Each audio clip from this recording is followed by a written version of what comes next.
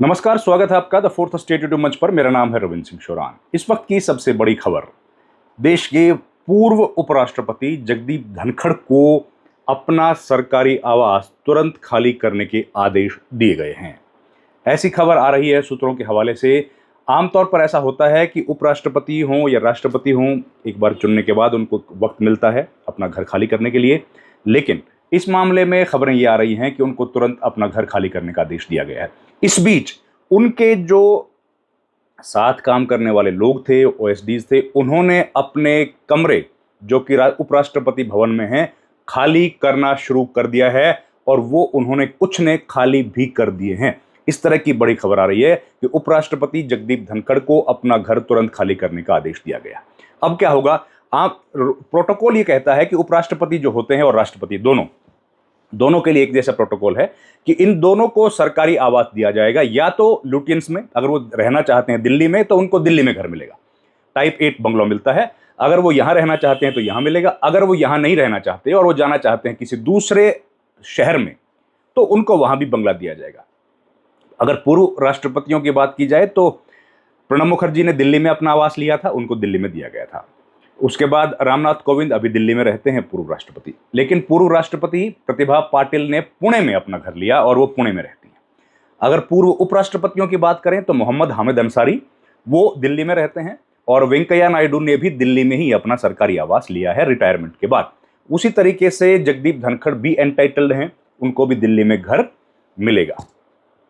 लेकिन इस बीच जो खबर आ रही है वो चौंकाने वाली है कि उनको तुरंत घर खाली करने का आदेश दिया गया है। ये सूत्रों के हवाले से खबर मैंने आप तक पहुंचाई। एक बात। दूसरी बात यह है कि जगदीप धनखड़ 18 तारीख को संसद टीवी के दफ्तर में गए थे। वो कहां है? वो गुरुद्वारा रकाबगंज रोड पर है, पार्लियामेंट भवन के पीछे। और वहां पर जब वो गए थे तो ये पहली विजिट थी किसी भी सभापति की जो संसद टीवी में गया हो। इसके पहले संसद टीवी जब अस्तित्व में आया था तब उपराष्ट्रपति मोहम्मद हामिद अंसारी थे, तब राज्यसभा टीवी इसका नाम था।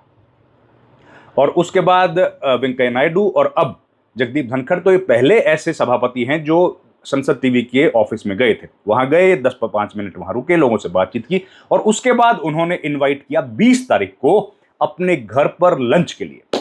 20 तारीख जन्मदिन भी था उनकी धर्मपत्नी डॉक्टर सुदेश धनखड़ का, और इस दिन उन्होंने उनको लंच के लिए इन्वाइट किया। तमाम लोग, जो करीब 200-250 लोग हैं, वो लंच करने के लिए जगदीप धनखड़ के घर जब पहुंचे तो उनको इस बात का एहसास था कि शायद उनका स्वागत करने के लिए जगदीप धनखड़ खुद होंगे, या जगदीप धनखड़ कम से कम उनके साथ एक बार मिलेंगे उपराष्ट्रपति, क्योंकि वो होस्ट हैं।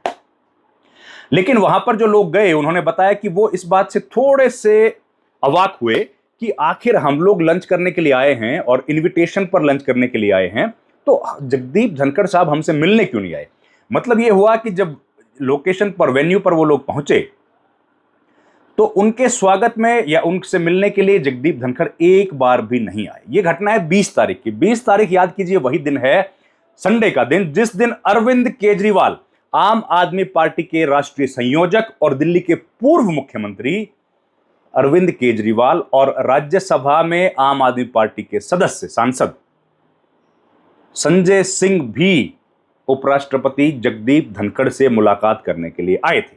हालांकि उनकी पत्नी डॉक्टर श्रीमती सुदेश धनखड़ वहां पर थी, वो बाहर थी। उन्होंने कई लोगों के साथ पिक्चर्स भी क्लिक कराई, उन्होंने मुलाकात भी की। लेकिन उनको इनवाइट करने वाले जगदीप धनखड़ उनसे मिलने के लिए एक बार भी उस जगह पर नहीं आए जहां पर लंच का आयोजन किया गया था। लंच का आयोजन किया गया था एक एनक्लेव, जो उनका उपराष्ट्रपति एनक्लेव है, उसके एक हॉल में। वहां पर उनसे मिलने के लिए कोई नहीं आया, ना उनके ऑफिशियल जो उनका जो स्टाफ है, जो सेक्रेटरीज हैं, उनमें से कोई उनसे मिलने के लिए आया। तो ये बात कहीं ना कहीं उस दिन लोगों को खटकी, और इसके साथ ही उन्होंने एक नई चीज जो देखी वो ये देखी कि बहुत गहमा गहमी उस दिन उनके घर में थी। इतनी ज्यादा गहमा गहमी जो कि आमतौर पर उपराष्ट्रपति के घर में नहीं होती। संसद टीवी के लोग जो है वो उपराष्ट्रपति के घर में लगातार आते जाते रहते हैं, क्योंकि उनको उस तरह से काम रहता है, उनका काम रहता है उपराष्ट्रपति के घर पे, तो वो आना जाना उनका लगा रहता है। तो उनको लगा कि बहुत असामान्य व्यवहार है वहां पर काम करने वाले सब कर्मचारियों का, सब अधिकारियों का, और जो पर्सनल स्टाफ है उपराष्ट्रपति का, उनका भी। वो लोग कहीं ना कहीं गहमा गहमी दिख रही है, कहीं हड़बड़ी में दिख रहे हैं, इस तरह का नोटिस किया वहां पर जो लोग लंच करने के लिए गए थे उन्होंने। 200-250 लोग गए थे, कोई बड़ा आयोजन किया गया था ऐसा नहीं है, कोई बहुत शामियाने लगाए गए थे या बहुत भव्य आयोजन था ऐसा नहीं है। बहुत सामान्य एक आयोजन किया गया था और उसमें एक डिसेंट लंच उनको दिया गया था। लेकिन जगदीप धनखड़ का ना आना लोगों को कहीं ना कहीं खटक रहा था। गहमा गहमी बहुत थी उस दिन और गहमा गहमी के साथ साथ उनसे मिलने नहीं आए तो ये बात उनको खटकी। अब तीसरी जो सबसे बड़ी बात है वो है ओम बिड़ला के साथ जगदीप धनखड़ के ताल्लुकात। क्या ओम बिड़ला और जगदीप धनखड़ के बीच में 36 का आंकड़ा हो गया था? इसके कई प्रमाण मिलते हैं। इन दोनों के संबंधों में तनातनी थी, इसके कई प्रमाण मिलते हैं, कई सबूत मिलते हैं, जिनमें एक जो सबसे महत्वपूर्ण सबूत है, कारण कम से कम मैं बताऊं, वो है संसद टीवी। असल में संसद टीवी पहले राज्यसभा और लोकसभा टीवी दो अलग अलग चैनल थे। लोकसभा टीवी लोकसभा सचिवालय के तहत आता था, लोकसभा सचिवालय जिसके की बॉस होते हैं लोकसभा अध्यक्ष। राज्यसभा टीवी राज्यसभा सचिवालय के तहत काम करता था, जिसके बॉस होते हैं उपराष्ट्रपति या सभापति, राज्यसभा के सभापति। लेकिन 15 सितंबर 2021 को इन दोनों को कंबाइन कर दिया गया, एक चैनल एक एंटिटी के तौर पर अस्तित्व में आया, जिसका उद्घाटन करने के लिए, उस सेरेमनी का उद्घाटन करने के लिए खुद प्रधानमंत्री नरेंद्र मोदी संसद भवन में आए थे और उन्होंने इसका उद्घाटन किया। लेकिन उसके और तब एक कमेटी बनाई गई थी जो कि इसके पूरे जो संसद टीवी है उसके पूरे अफेयर्स को डील करेगी। वो कमेटी बनाई गई थी जिसमें सभापति राज्यसभा, लोकसभा के अध्यक्ष, लोकसभा के सेक्रेटरी जनरल, राज्यसभा के सेक्रेटरी जनरल और सीईओ संसद टीवी उसका हिस्सा थे। लेकिन उसके बाद स्थितियां बदली और अब संसद टीवी जो है, जो नई एंटिटी बनी थी, वो राज्यसभा सेक्रेटेरिएट के मातहत काम करने लगा। और उसके भी आगे अब जो सैलरी मिलती है राज्यसभा जो संसद टीवी के एम्प्लॉइज को, वो मिलती है राज्यसभा सेक्रेटेरिएट के बजट से। मतलब अब राज्यसभा के जो सभापति हैं वो सही मायने में बॉस हो गए हैं संसद टीवी के भी। और ये कहीं ना कहीं कारण है दोनों के बीच डिस्प्यूट का, ये माना जा रहा है। अब पहले क्या होता था कि राज्यसभा के जो सभापति हैं उनकी कवरेज होती थी चैनल पे, लोकसभा के अध्यक्ष की भी कवरेज खूब होती थी। लेकिन अब कहीं ना कहीं कवरेज में फर्क पड़ा है और लोकसभा अध्यक्ष की जो कवरेज है वो कंपैरेटिवली कम होने लगी राज्यसभा के सभापति के मुकाबले में। और ये एक बोन ऑफ कंटेंशन बना दोनों के बीच में। तो क्या राज्यसभा के सभापति जगदीप धनखड़ और लोकसभा अध्यक्ष ओम बिड़ला के बीच में ये जो तनातनी थी, ये एक बड़ा कारण बना है जगदीप धनखड़ के इस्तीफे का? क्या कहीं ना कहीं कोऑर्डिनेशन की कमी थी?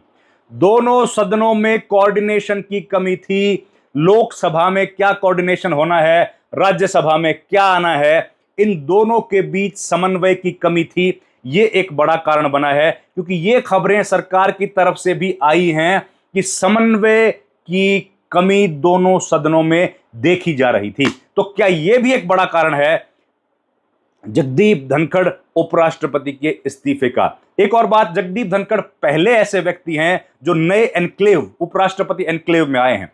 इसके पहले के जितने भी राज्यसभा के सभापति और उपराष्ट्रपति हुए हैं वो एक पुराने घर में रहते थे। अब ये नया बंगला बना है। शुरू में जब जगदीप धनखड़ उपराष्ट्रपति बने तब वो भी उस पुराने घर में रहते थे जो कि मौलाना आजाद रोड पर है, और उसके बाद करीब 1.5 साल 15 महीने पहले वो इस घर में शिफ्ट हुए हैं। लेकिन ये घर शायद उनको रास नहीं आया और उन्हें 15 महीने यहां पर रहने के बाद इस्तीफा देना पड़ा। कारण थे हेल्थ ग्राउंड्स। इस वीडियो में इतना ही। आपसे गुजारिश है हमारे चैनल को लाइक, शेयर और सब्सक्राइब जरूर कीजिए। आपका बहुत बहुत धन्यवाद।